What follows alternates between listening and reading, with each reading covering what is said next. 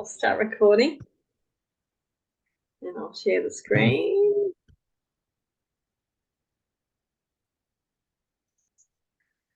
Okay, who wants to start on the first paragraph there, number 2? I'll go ahead and then we'll go from there. A major step in the atonement plan is to undo error at all levels. Sickness or not right-mindedness is a result of level confusion, because it always entails a belief that what is amiss on one level can adversely affect another.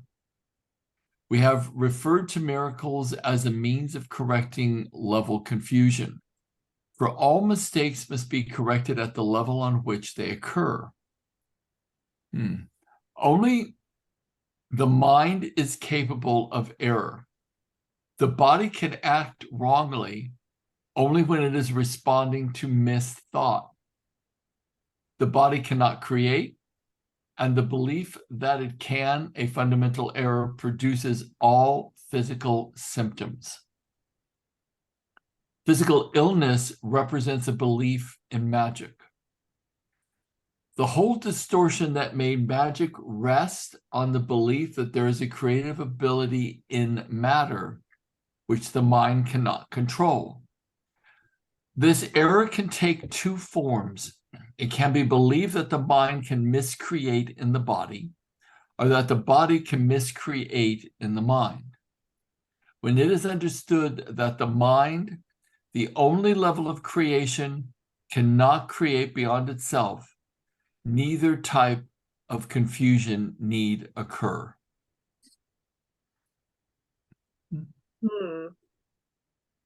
Makes you go, Okay, I kind of get it. Does anyone want to give a stab at it? You want me to give my fundamental stab and then we'll pick it apart from there? I think, yes, please, Gary, please start. I'm a bit confused. Okay. I actually love this paragraph. A major step in the atonement plan is to undo error at all levels. Okay, so we get that.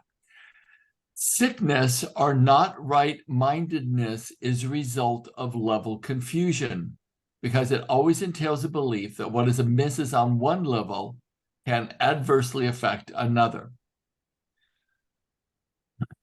We have referred to miracles as a means of correcting level confusion. For all mistakes must be corrected at the level in which they occur. Only the mind is capable of error. So, this is kind of real personal to me, because it is talking about how the body doesn't create illness. The mind creates illness through misthinking or through separation. We know that miracles correct level confusion, because when you are experiencing that kind of sense of oneness with God, really the mind and the body kind of disappear. It's just, consciousness. And it just says our mind is capable of error, which means that we're capable of feeling and believing we're separate. The body can act wrongly only when it is responding to misthought. So I'm just gonna talk to you guys a little bit about what I experienced. It's a little personal, but I may have shared it. I don't know if I have or not. Did I ever share that time that I was on the flight in Durango, Colorado? I sat next to that shaman guy. Did I ever share that with you guys? I don't think so. I may not have been in class that day. Okay. Well, let me just, it kind of typifies this. So I had a massive, I had a big operation 2020, and I had my prostate removed, which was a very big deal. It was a very large and resounding operation on lots of different levels. And so I still have I still have PSA, meaning it's registering something still wrong in the prostate area. So I don't know what that is. I just did a full body blood scan, DNA scan to see if there's any rogue prostate cancer cells in my body. I haven't got the results yet, but I go to Durango, Colorado and do this 2-week mistletoe infusion, which is an immune boosting, cancer killing treatment. So I get done with that. I board the plane to come back to Little Rock. Yeah, to Little Rock. And the only seat on the plane is right next to this old guy who happens to be the primary shaman and healer in Durango, Colorado. So he asked me what I was doing there. I said, oh, I was at the Namaste Center, doing mistletoe infusion. And he said, well, what for? And then I told him. And then he said, well, how did you create that?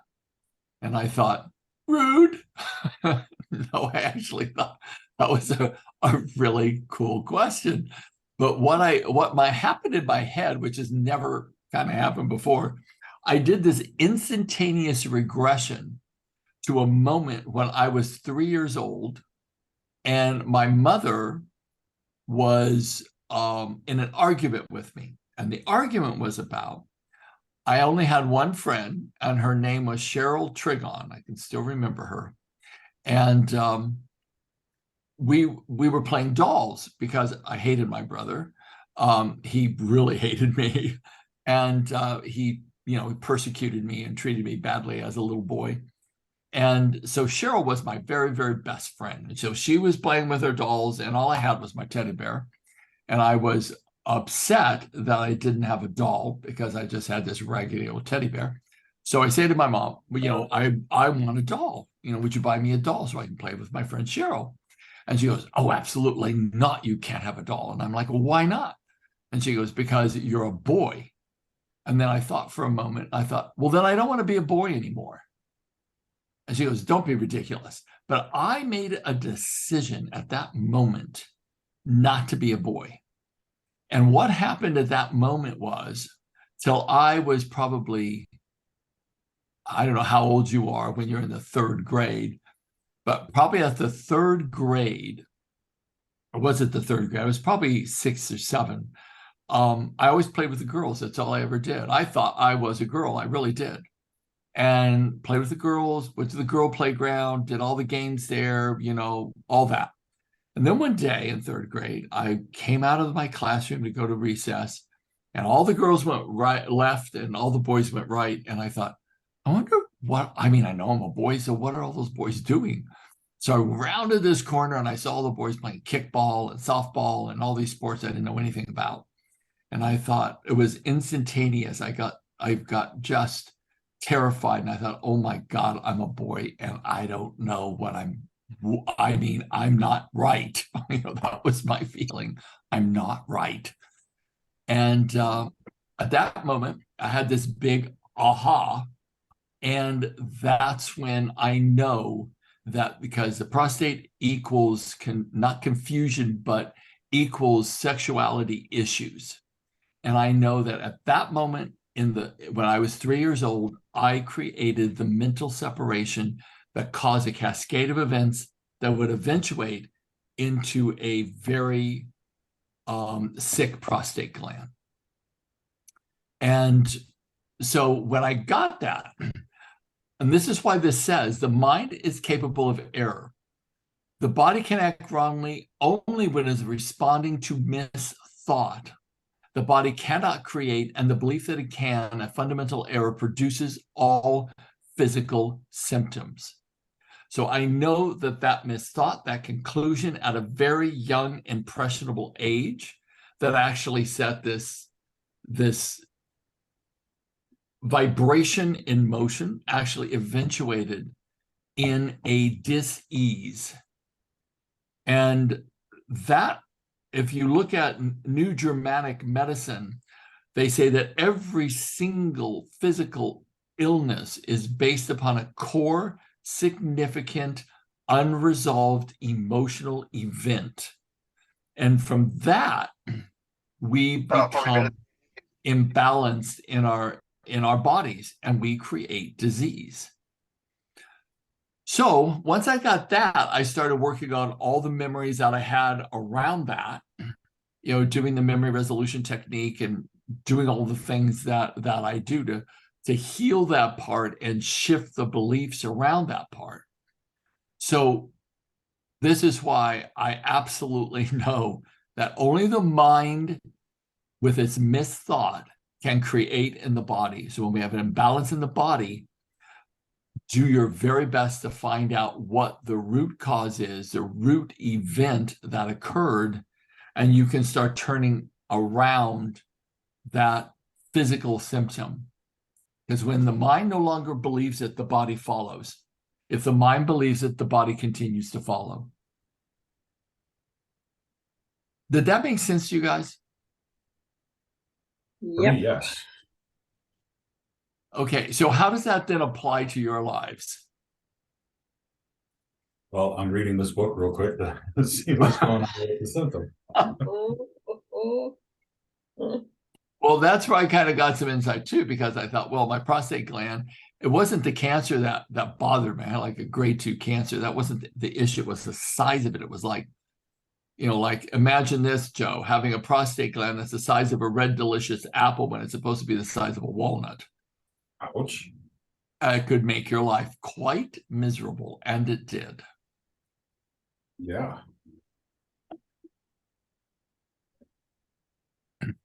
I've got plenty of issues, and I do need to get to the root cause of them, and I truly wonder how many of them are blocked behind memories that my subconscious is still keeping from me. Well, the best thing to do when you have an inkling of an idea that may be true is go to sleep at night and instruct your subconscious mind to reveal to you the root cause of that imbalance in your body, and let it reveal it to you in your twilight waking hours early in the morning, and it will. But you have to command it, because it follows the focus of the conscious mind. So just think of it as the drop box of all the lifetimes you've ever lived. And it has the files. It's about identifying where the files are.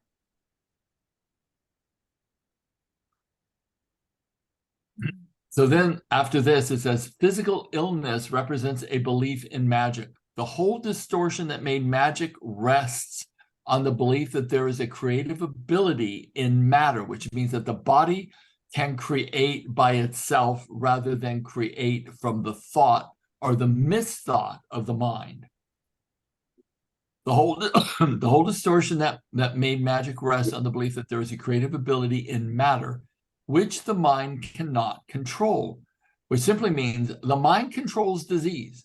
The imbalance was in the misthought.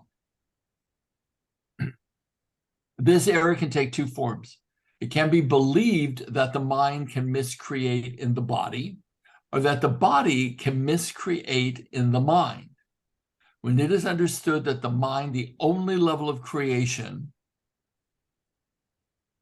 cannot create beyond itself, neither type of confusion need occur. Which is very curious when it says, when it is understood that the mind, and then the only level of creation, cannot create beyond itself, neither type of confusion need occur. That throws me for a little spin out, because is it saying that the only level of creation is the mind and cannot create beyond itself? So I guess it's that one term, cannot create beyond itself. Does that mean that when the mind, I don't know what that means. Yeah, that confused me too. Because I get exactly what you're saying, Gary, and it just makes so much sense. And I've got an issue with the right side of my body that there's pain that just is getting worse and worse and worse. And I've tried lots of different things to shift it. And I know when it comes up, and I know when it started, but I think I need to go back even further. So I'm going to try that little exercise that you've just given us to instruct the subconscious mind. Well, where in the body specifically on the right side, or is it the whole right side? My right shoulder. Right, front or back? It's kind of just, it's more at the front. But now even my triceps gone just really painful as well. So.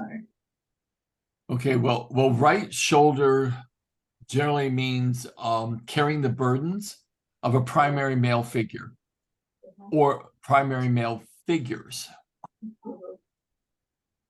So it has something to do with your relationship with men and feeling like you're carrying the burdens of them. Does that make sense? Oh, yeah.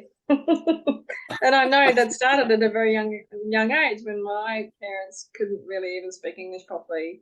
So at the age of 7, I started doing the typing for Dad's resumes and all sorts of things. So and I just felt like I was taking care of them from a very young age, both Mum and Dad. And I've always felt that I'm kind of, having to shoulder the people around me. Well, there you have it, spoken in your own words.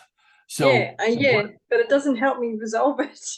But no, it can. So what I would suggest you do, I did this at the beginning of this year where I listed out 40 different, because I came across this one thing that I thought, I kept looking at what is the issues I'm actually carrying? What causes me to derail into thinking fearful thoughts? What causes me to catastrophize the future? Like, what is that does that? Because Robert will call me out on it and say, why are you thinking like that? And I'm like, thinking like what?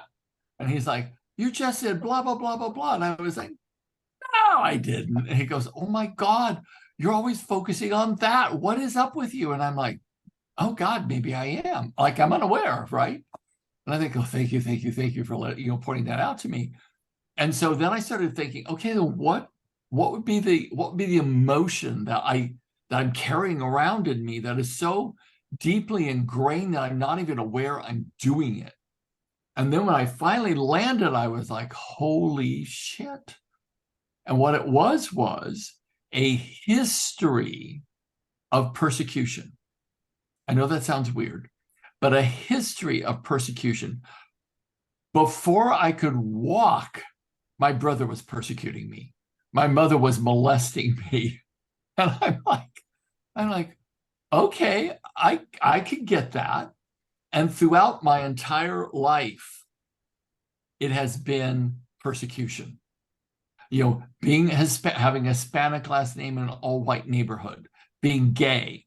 And then I would have these, and Robert would call me out on it and say, oh my God, Gary, I can't believe that woman did that to you. You have done nothing but try to help her.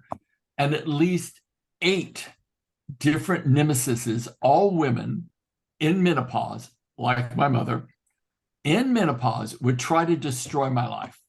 And I am not joking. And I'm like, wow, how did that, and why does that keep reoccurring?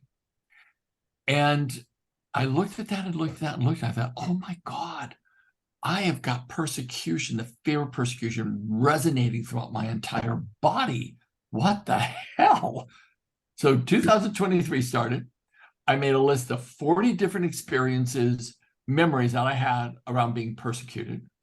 And I self-facilitated the the trauma memory solution technique on all 40 of those memories. I'm still working on them, to tell you the truth.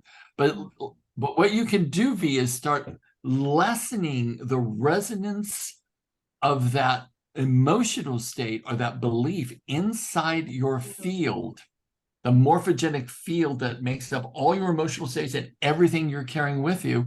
You can start to lessen that impact by neutralizing the negative emotions around the compounded traumas. Mm-hmm. And this is where you start to get better results. Beautiful.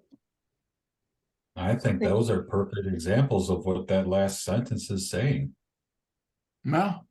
When it's understood that the mind, the only level of creation, cannot create beyond itself.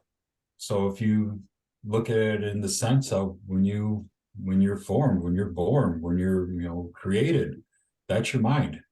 The things that we instill into it afterwards is the nonsense that's not necessarily needed. So if we, with like mindset. So if you're in a negative mindset all the time, you're creating those diseases, those traumas, those whatevers.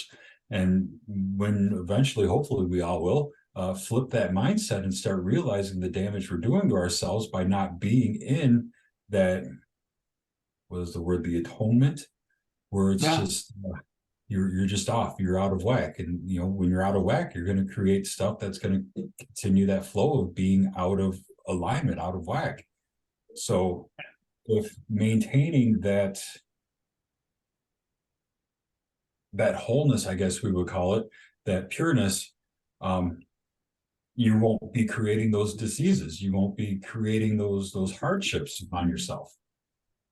Very true. And the thing that maybe it is this simple, I don't know, but I've never found it this simple.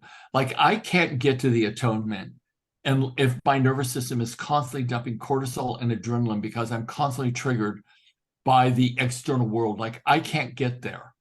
Maybe some people can, I cannot. And so what, for me anyways, my path has been, I have to do the mental emotional healing.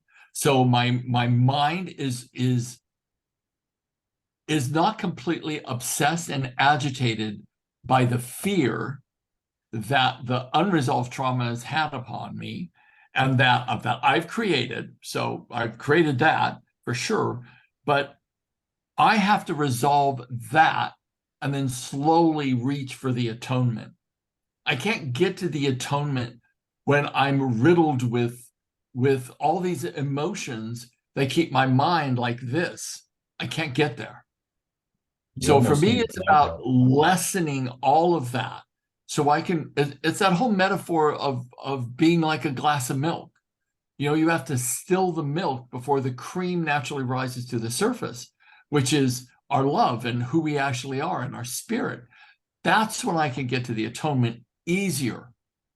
But boy, I've tried for years, and there's no way that I know that I can sit in meditation and reach any level of focus and concentration and worship without my mind first being somewhat healed by the processes that you and I know that we've practiced. That's why the information, and it isn't just me that's training it. Lots of people train this. I just have my own iteration of the processes, but my iteration of the processes, for me, it's a sacred science, because it's about stilling the mind so the mind can return back to that. Well, the mind can be healed by those moments of oneness you can feel with the divine. And until we can do that, it's, for me, impossible. I have to do that work first before I can do this work and have an experience, like a visceral experience of the atonement. And maybe it's possible without it. I just haven't been able to do it. Gary, have you ever done like a blackout session? No news, no media, no newspapers, no Google News feed, and just avoided all of those outside sources? I know sometimes that can be difficult with clients and whatnot, but like say on a vacation, you took. No, I have done it. And it puts your mind at a far more level state. But the meditation that I do is about stilling the mind. And so when you're attempting to still the mind, generally everything, unlike stillness, rises to the surface for the first hour. Then after the first hour, I could get my mind to still. So that's been my experience. Sometimes it happens faster. Sometimes I can still my mind in like a half hour. Do you do breath work before starting your meditation? Yeah, I probably could do that. That may center me in my body more. But this type of meditation is about ascending above the body, not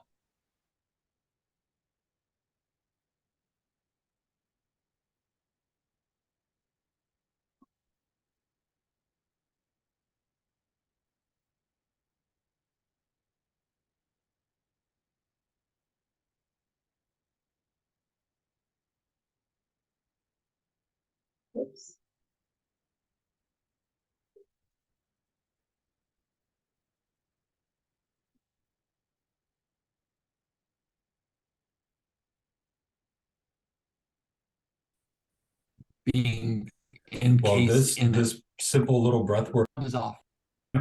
I lost all audio. He's That was weird. I We all know. looked- I heard simple little breath work. I was V's not frozen moving. there, so I think I've missed a minute or two. I know. I thought, well, V's in a trance. Something happened. But simple little breath work to calm the nervous system so the mind is not racing as much as it does. And it's simple breathing in through the nose as quickly as possible and dragging your breath out as long as possible. Some people will say breathe in for 4, breathe out for 8. That sort of works, but for me, I breathe in as super quick. But when I exhale as slowly as possible, like I'm blowing through a straw. So it's easy, just That'll get you in your body. I like that idea of not counting and just listening to what your body's telling you to do, how far you can go with your breath.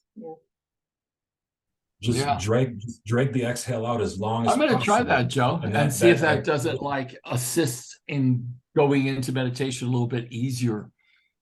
Yeah, just do a few minutes, like 2 minutes of that type of breath, and longer is better. But I mean, just a couple minutes will get the nervous system to calm down, which will calm the brain down, which will allow you to reach higher states of meditation.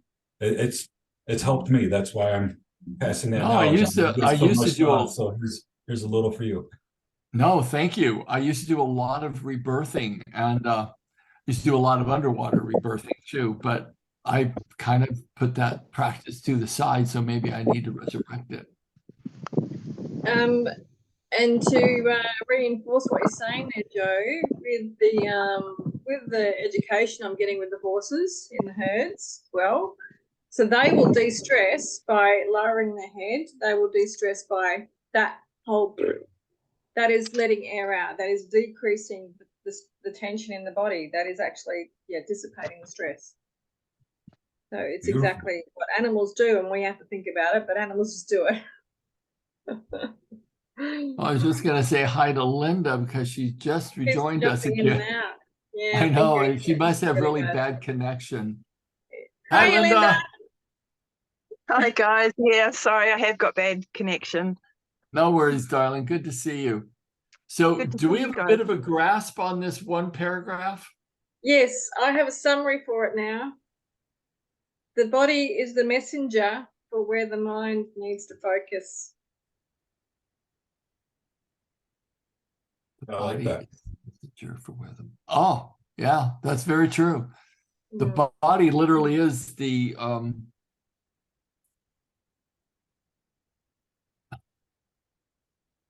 boy, I lost the words. But the body is the subconscious mind's kind of blueprint. It runs the body for sure. So when there's something going on in the body, it's like just your mind going, hey, have a look at this. Yeah. Yeah. Cool. Who wants to read number 3? I'm voting for Joey. All right.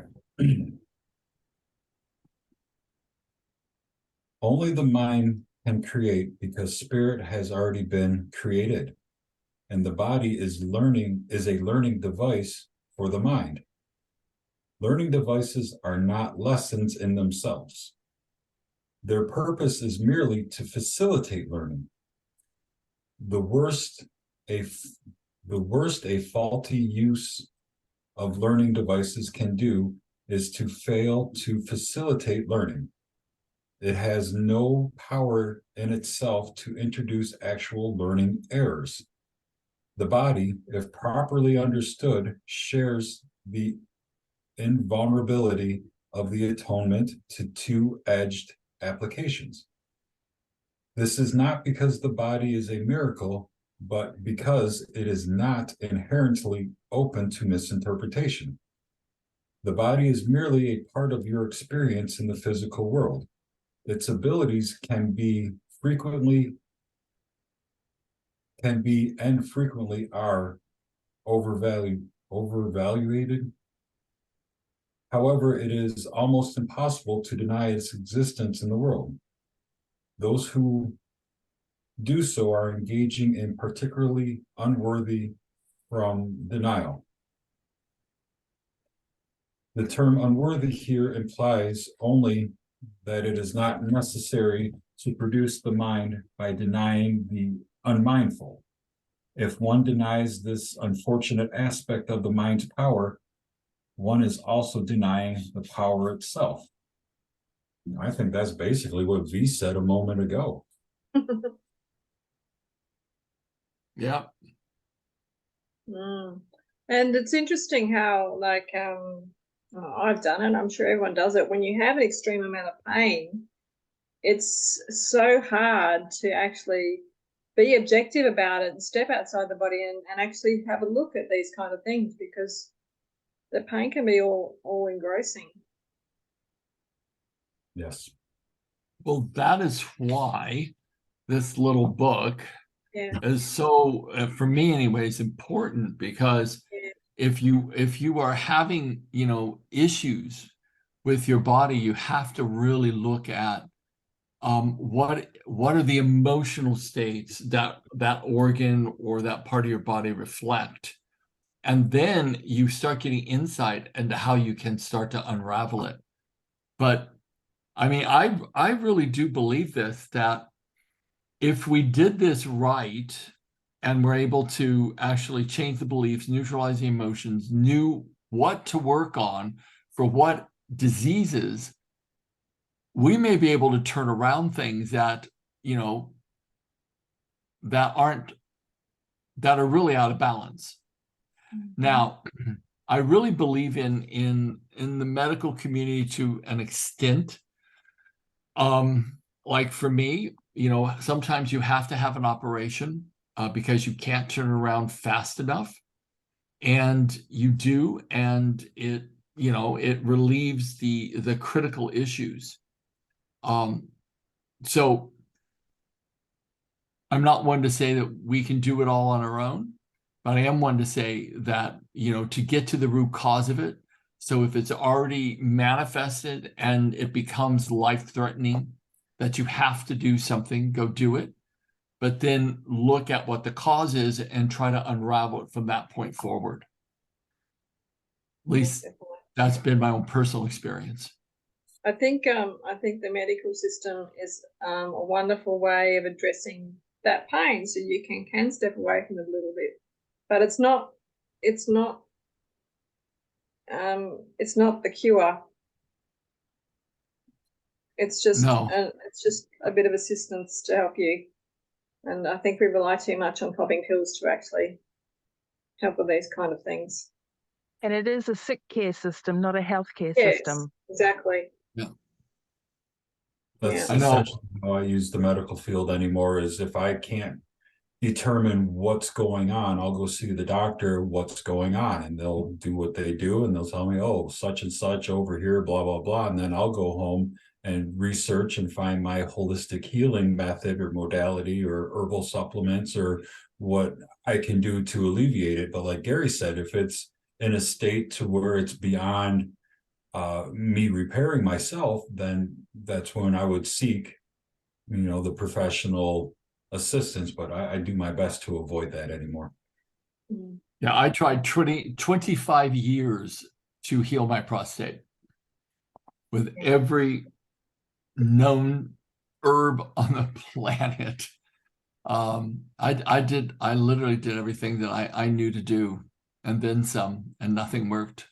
I get temporary relief, but nothing really worked. Do we have any questions about number 3? No. But Gary, I think we should keep each other accountable on those memory resolution techniques that you were talking about. So I'll definitely be working on those for sure. Yeah, they work, and it's a super important process. I'll talk about it later. We should keep reading, but it's a super important process. Yeah, for sure. All right, so we move on. Yep. I guess I'll read this one. All material means that you accept as remedies for bodily ills are restatements of magic principles. It's bizarre how we kind of are talking about things and then they come up in the next paragraph. Yeah. This is the first step in believing that the body makes its own illness. It is a second misstep to attempt to heal it through non-creative agents. It does not follow, however, that the use of such agents for corrective purpose is evil. Sometimes the illness has a sufficiently strong hold over the mind to render a person temporarily inaccessible to the atonement. In this case, it may be wise to utilize a compromise approach to mind and body in which something from the outside is temporarily given healing belief. This is because the last thing that can help the non-right-minded or the sick is an increase in fear. They are already in a fear-weakened state. If they are prematurely exposed to a miracle, they may be precipitated into panic. This is likely to occur when upside-down perception has induced the belief that miracles are frightening. Well, if that's not confirmation.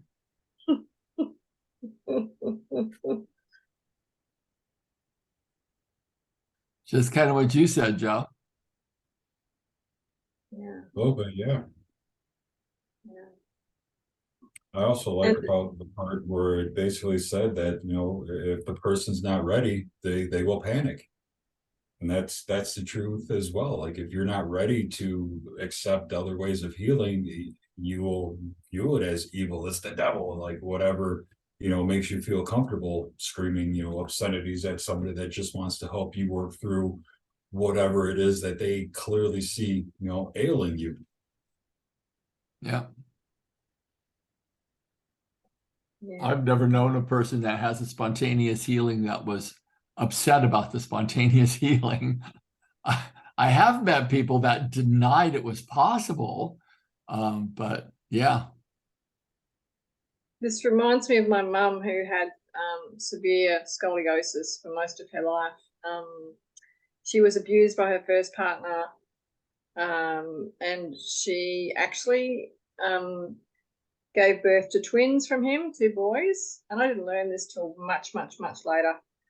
And she gave them up for adoption and told the father that they had died in childbirth because she didn't think they would be safe in him knowing that he had children. He just didn't think that he would, they weren't safe. So from that, she developed severe scoliosis, and sometimes I could help her with that. I used to do raindrop technique on her with the essential oils, and one time she grew 3 centimeters, but she never held it because she was not going to forgive that man. She just couldn't let that go. Yeah. That's one way not to fall into the atonement. Yeah. Exactly. I just tried to help her so much, but you can't help people unless they're ready to actually change their mind about aspects of their life. I'm dealing with something, well, I'm not personally dealing with it, but there's a person I know on my Facebook page, and they are clear that they're bipolar, and they recently announced that they fell back into their addictions. And, you know, I know the dude's got a daughter, and, you know, I've reached out to him a few times just to talk, just to say, hey, you know, you're not stuck like this, but, you know, he doesn't want to talk. And after announcing that he's fallen back into his addictive ways, I've more or less just been planting seeds, just letting them know, hey, you made this choice, but there's other ways. You don't have to believe what the white coats tell you. You don't even have to own the labels they place upon you. That's your choice to do so. So if you're ready to view another way, reach out. We'll see what happens. This all started a couple days ago. You know, I haven't worked with a person that's bipolar, that didn't have at the root of the bipolar episodes unresolved trauma. It's always because of unresolved trauma. That's Oh. what I put in my post. It was something along the lines of, I would really like to meet the person who instilled these traumas within you and allowed you to believe that this is a healthy way to deal with your traumas.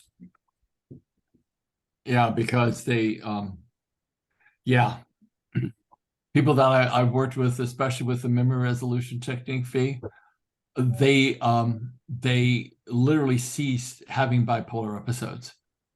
Mhm. So I'm praying for this guy. That's all I can say. yeah, it's totally possible to do. Yeah. Okay. Mm. I'll, unless Linda wants to, but I'll go ahead and read number 5. For Linda to click on. Can you read, Linda?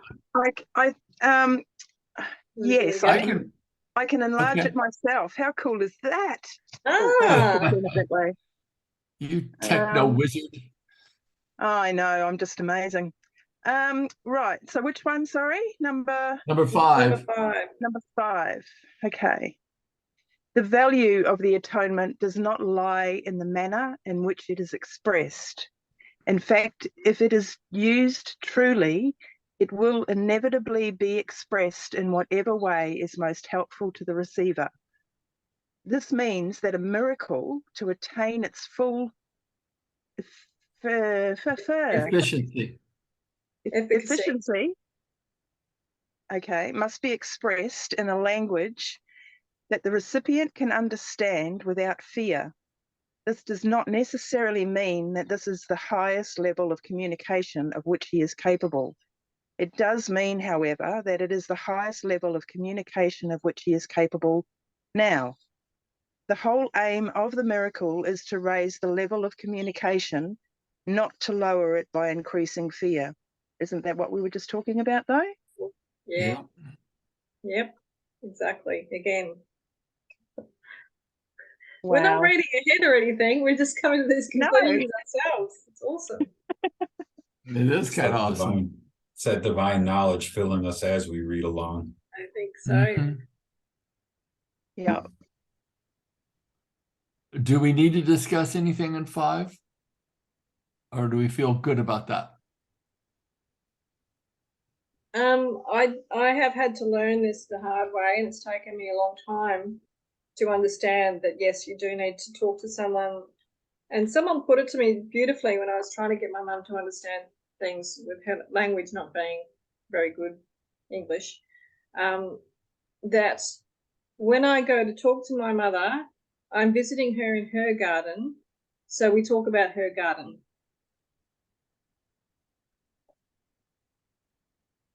And it just really helped me to understand visually and conceptually that in order to communicate with her, I need to speak differently to how I would normally speak or how I would speak to, you guys.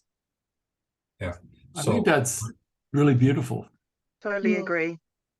When I was going through my whole ascension process, people were talking about how to get others on board with what we're doing and all of that. And I essentially told them, you're not going to.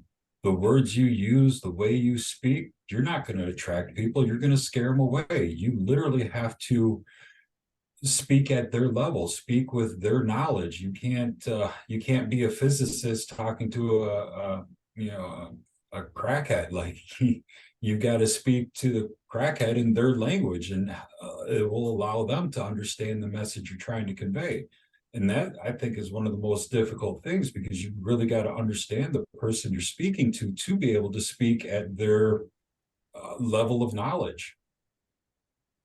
I think it's about the listening too. I mean, if we're listening, really listening to people, I don't remember at the other end of the conversation what was actually even said. And I know that sounds like a contradiction in terms, but the conversation that's happened while I've been talking with somebody, or they've been talking to me, because it's not about me, it's about them, but whatever's coming out of my mouth has actually helped them at the end, but I don't remember there's little snippets that I remember, but I don't actually remember the conversation. I Right, do, you were- however, remember if somebody has got the same story day in, day out, day in, day out, day in, day out. So, and that's actually at the point where I say to them, perhaps you need to go and talk to somebody else about it. I can recommend somebody. Right. You essentially weren't thinking ahead of what to tell them. You just spoke from the heart, and what needed to be shared was shared. Well, I just opened up my core, and I just like, it's about being that conduit for source, isn't it? Mm-hmm.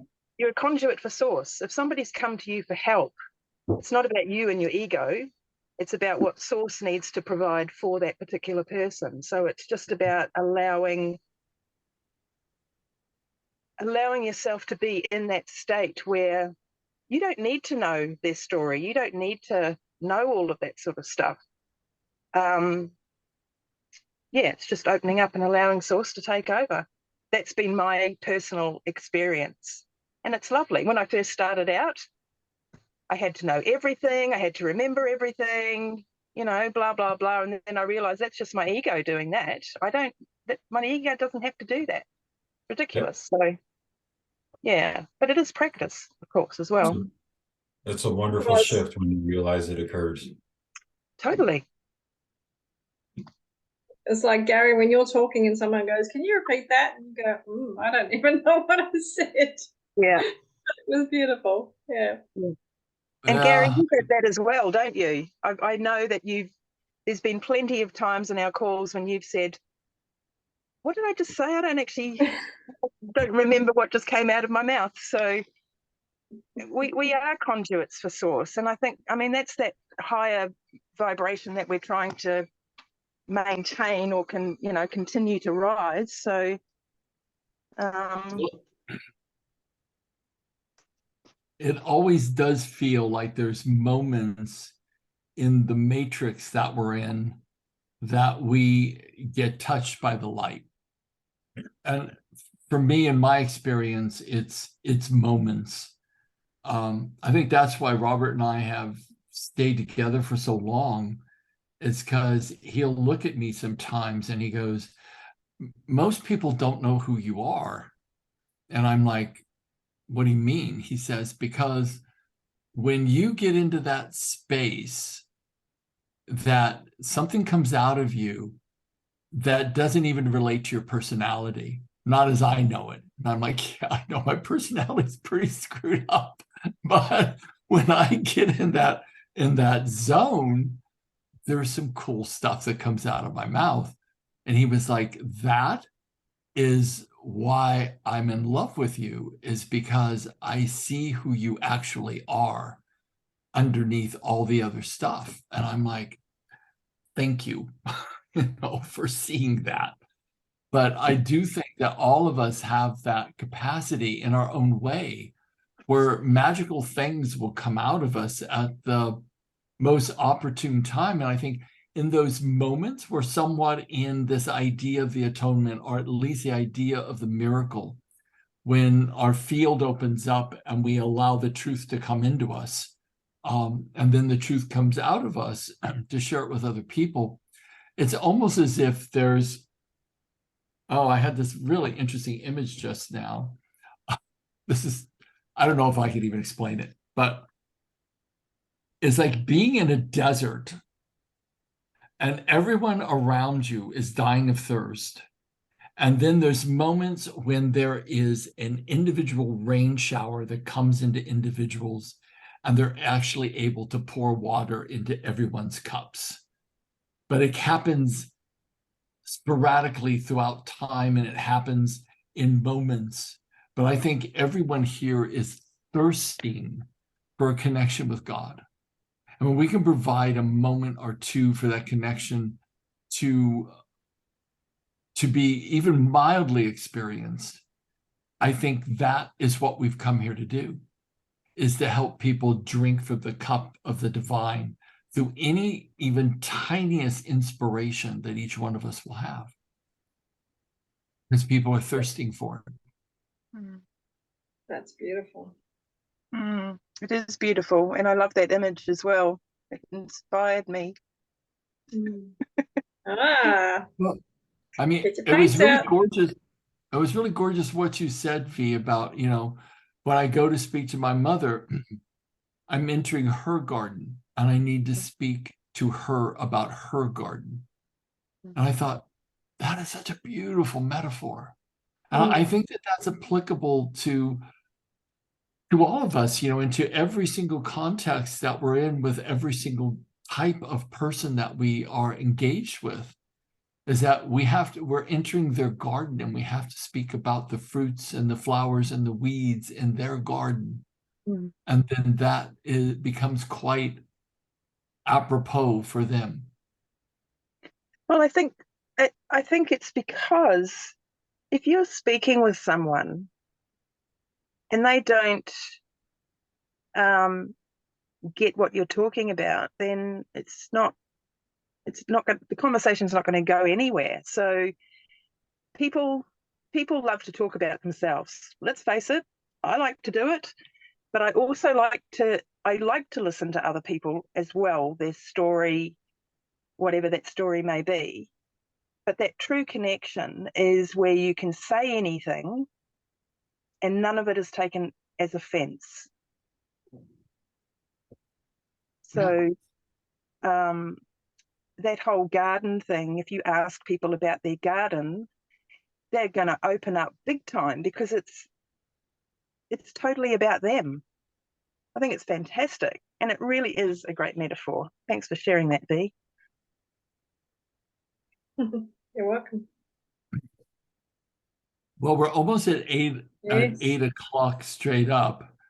So I'm thinking we wait to start next week, the function of the miracle. Yes, agreed. Perfect. So who has their word that just burning in their minds to speak it out? Let's go play in the garden. That kind of goes along with be the farmer, plant the seed. Yeah. That goes right along with that. Yeah. I'm going to keep that in tow. I'm going to say, and harvest the fruit that the Lord has provided. Beautiful. Linda, what's yours? Something I've been saying to myself for the last 24 hours over and over again, it will all work out okay. And it does. It does. It always does. It always does. Well, gang, I want to thank you. And V, always infinitely thank you for doing this. So I'm glad that it's us four. We keep historically showing up. So I think it's awesome. So I will see you guys next week. You have an incredible day or night, whatever it is in your hemisphere. And we will speak to you soon. Joey, thanks for that tip on the whatever that is. the breath work. No, that. And the Oh, hotel. yes. Mackinac. Okay, you guys. See you later. Bye, Bye. everyone. Bye. Bye. Bye.